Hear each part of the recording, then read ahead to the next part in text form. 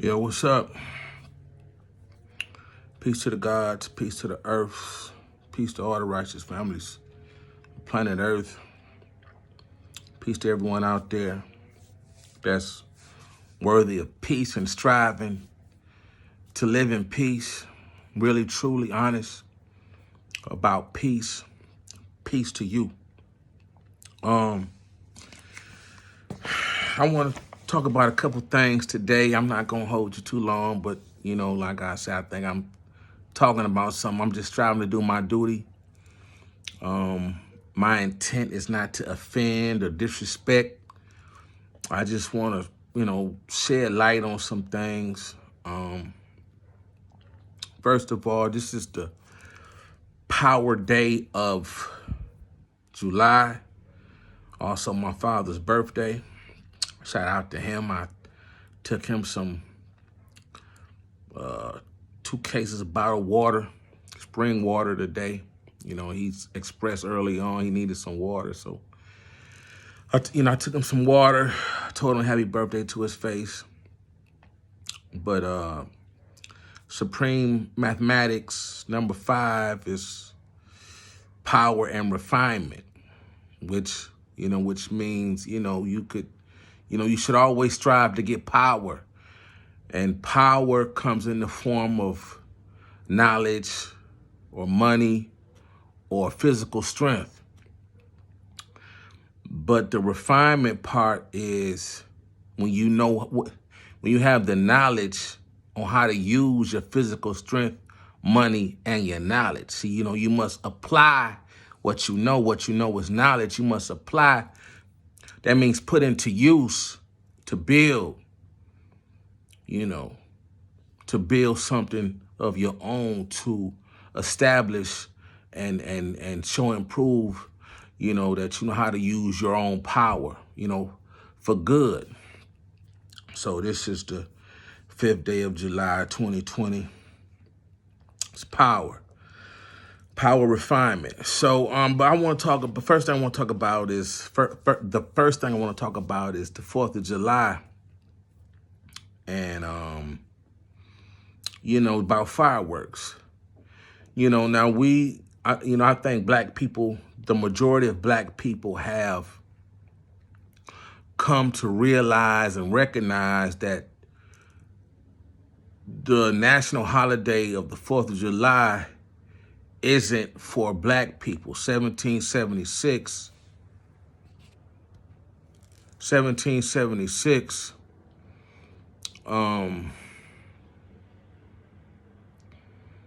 was the independence of America's independence from Great Britain, England, or Europe over there. It was white people, which were slave owners at the time, 1776, when they won their independence from their home country of somewhere in Europe, England, Great Britain. They was under the king's and queen's rule. They had to pay taxes. But they celebrated through fireworks. And so, I see a lot of us celebrating through fireworks. Now I grew up with fireworks and everything, but what is our purpose for the fireworks? I don't know how our African ancestors, which was made slaves, celebrated the abolishment of slavery. I don't know if we was able to get fireworks.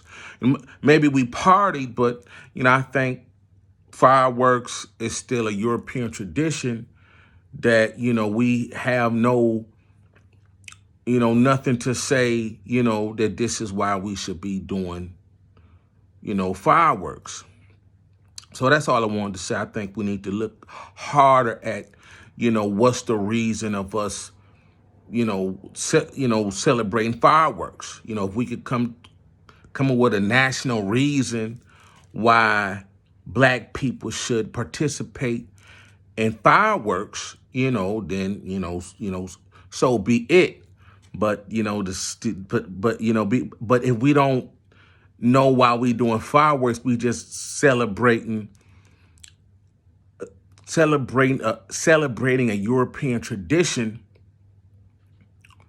while our ancestors were still enslaved. And so I think we need to wake up to that. That's all I'm saying. We need to wake up to while we in the fireworks like this. You know, maybe we could come up with something else or come up with some red, black, and green fireworks that, you know, I seen some red and green fireworks last night, but, you know. And then I want to talk about Black Lives Matter real quick. I got on my rainbow linen tie-dye, right? You know, I like the rainbow color. You know, colors, you know, the rainbow stimulates, the primary colors all in one stimulate mental creativity. And so, you know,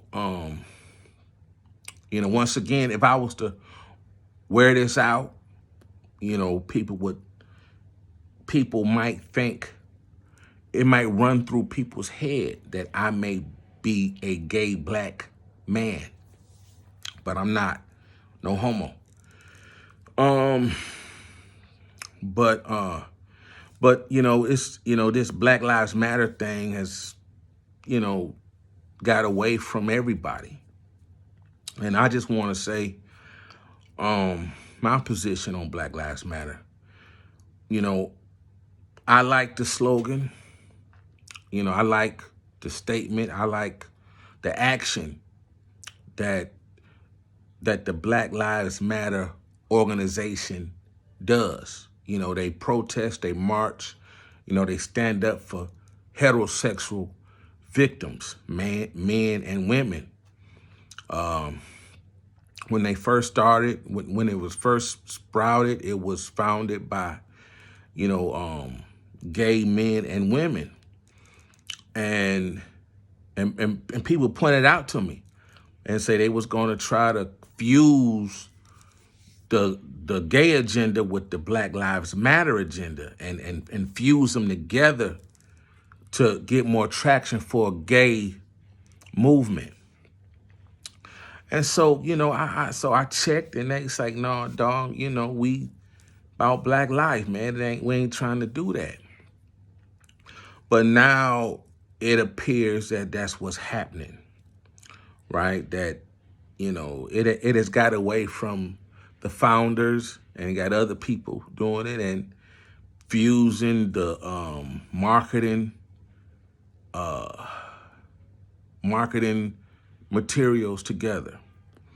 And so, you know, I'm not, you know, pro, I believe in you know, I believe all Black lives matter, whether you gay or not, you know, all Black lives matter. But the agenda and requirements or criteria for support from Black Lives Matter or from that movement should be just for social injustice that has happened to you. I don't think they should be fused together.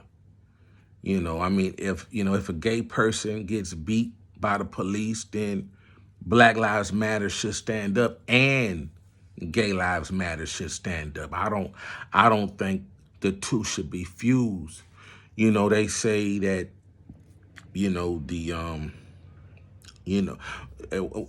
as far as gay men is concerned, that, you know, it's a sign of weakness.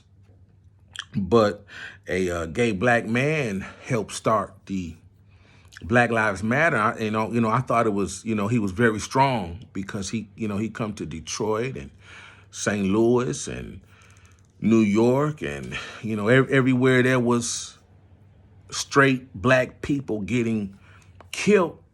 Him and you know, his crew, his people and the people of that city organized and they marched on the police. You know, they marched on that city.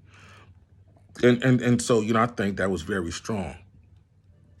But I'm just saying, you know, you got irritated Jenny Southeast coming with Black Liberation Movement or something. You know, the BLM. And I'm thinking of something that I heard a long time ago I might, put into play. But that's all I'm saying, man. I don't think the two should be fused together. And then, so this leads me into my next topic of what's really bothering me, and that's the female LGBTQ lesbian directors and their portrayal of Black men on the screen. Is Ava DuVernay. I think I'm saying that right, but she's the director that made make the show Queen Sugar comes on. And she done some she made that, and she made 13 about the abolishment of slavery.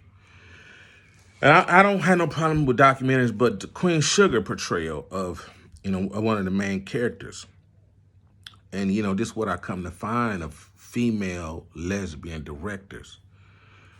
And, now Queen Sugar season 1, season 2 is pretty good. I was, really impressed. Somebody hit me off the show. I would speak in, try to speak out loud about, what I thought was wrong. And, they told me don't watch it no more, but, it's all good. But she played, her portrayal of Black men, her direction and portrayal of Black men. One of the son and the brother, the dark skinned dude. I can't think his name. I should have put it up, but they got him, being a hothead and irresponsible and slow and a criminal, and it's like, man. And so I think his character should have evolved based on his life situation. She made him dumb. Now the women, his two sisters, college educated, successful, on the ball. But he the little brother, or he the youngest brother, and he can't manage his relationship. He can't manage his probate. He got out of jail, and he committed. He robbed the store, and so he lay on probation. And I'm like, they could have made him more on the ball, more together, like they done the sisters. You see, but it was they made him a boss kind of slow. You see. And then the other director, the other female lesbian director, showrunner for The Chi. Now, I'm tripping. The Chi, Showtime's The Chi, good show. Season 1, season 2, excellent. This the one where Jason Mitchell was on. He got, they say he done something that got kicked off the show, and the show never gonna be the same. I don't know. He the dude that played Eazy-E. But so, I seen his interview and I was tripping, so I tried to highlight. He was like, man, don't even trip. Don't even worry about it. Don't even worry about it, dog. Don't even worry about it. It's all right. And so I'm watching season 3 just started. The Chi, it's based in Chicago, about, Chicago life, right? Pretty good show. But the third season, it has a lot of gay themes in there, right? More than the first 2 seasons. I can't remember the first 2 seasons having that many gay themes, but season 3 got a lot of gay themes. It's and one is shocking. You got a lot of lesbian marriage, and you got a transgender. Now, if y'all remember the New Edition story, I forget, one of the New Edition cast members is was just added to the show. And he's in a relationship with a transgender. And I didn't even peep game. I was watching. I'm like, this girl, she fit. And he got, contact sexual scenes with her. And then so, then this episode 2, season 3, so they're in a bar, in a gay bar. And he said, I ain't gay. What you stepping to me for, And and so his girl run over there. And then they go outside. Now episode 1, they in a relationship. I'm thinking it's a woman, right? Episode 2, season 3, she say, I gotta be around my people. You can't love him and her or something. I was like, what the fuck? So I look at her again. I said, oh my God, this is a transgender. This man has turned himself into a woman. And the dude that was the new, I can't remember, it was Ricky. God, I don't know. No, it wasn't Ricky. It was, I don't know. It was a new edition. But, and I'm like, and so they kissing. And I'm like, damn, this dude. I'm like, wow, and it just blows me. They got a transgender on here. You know what I'm saying? And they added that to the mix. Now, Chicago may be like that, and people may live them kind of lives. But I'm like, man, I think it's too much, man. I mean, it opened up with the, you didn't even know this. A cast member been on this show 2 seasons. Now she on the 3rd season was gay. She was a single mother, turned out married a woman the first episode, and they on a honeymoon in a sex scene. And I'm like, wow. I'm like, wow. And so, but, once again, they playing, the black man is a hardcore gangster, had no compassion. You got one brother on there. He went from not managing himself to mistakenly killing somebody to kill his son and got out of jail. And, now he homeless. You see, he couldn't do nothing to get his life together. So I think I think the lesbian directors are portraying black men wrong. And that's a sign of cooning. That's, when you do something for money for the benefit and enjoyment of white people. That's cooning. So, white people pay them directors pretty good money, and they portraying black men as not stand up. And I think that I think that's why Jason, who played Eazy-E on the Dr. Dre's NWA movie, didn't mind getting put off the show. He probably saw where it was going. He said, I don't want no part of it. And so they killed him. And, they still ain't told, how he died. He had a funeral, and, and they still haven't showed how he died. Season 2, he left going to jail or some shit, and they ain't show how he died. So, I think they portraying, I think lesbian directors and, male gay director like Lee. I like Empire, but they hit me off that show that don't even watch it no more. But Empire was good, but people would say, every black man on that show is dysfunctional. Every black man on that show has some dysfunction. There was no functioning, high level functioning black man on that show. It was Trey or Dre, the NBA brother, but he had the white wife. And then it was Jussie, and he was gay. And, it was Lucius. They say he was all messed up. So all the sons was messed up. They couldn't get along, and they supposed to be so damn wealthy, and they couldn't build without trying to tear each other down and kill each other. Does it make for good drama? I don't know. I don't, not that. I mean, they couldn't resolve their issues. You see? And so, I don't know, people feel that's something had to do with the gay mafia. I think that's just the money. I think I think the directors think that the people that pay them want to see and spread and because TV sometimes is a model for life. What they say, art often imitates life. Well, they want the art with these shows to be a model for people to live by, black people to live by, and it's truly dysfunctional. There's no resolve. There's no solutions. It's too much drama and negativity. That all the black men on the show that could be strong and solutionaries and intelligent. So that's all I'm saying. And then last, I want to talk about what I heard Kirk Franklin talk about on the Breakfast Club. He was talking about eschatology.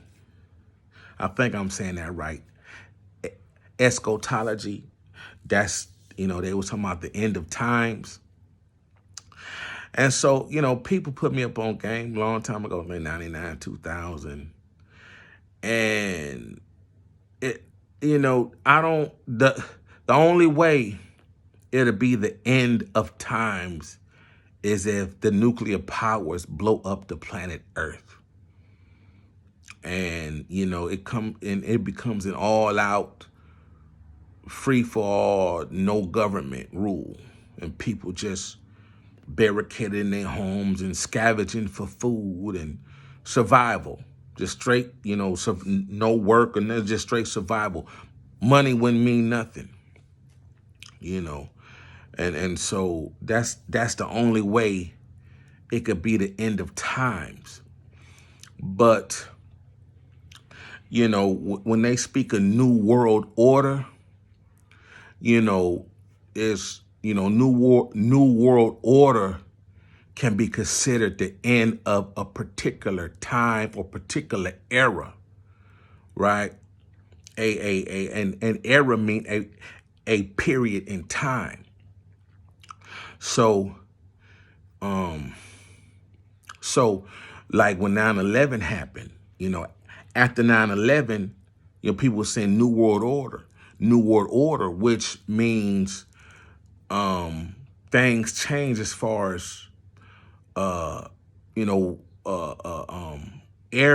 airport procedure, that was, and facial recognition and gun laws, all this brought New World Order.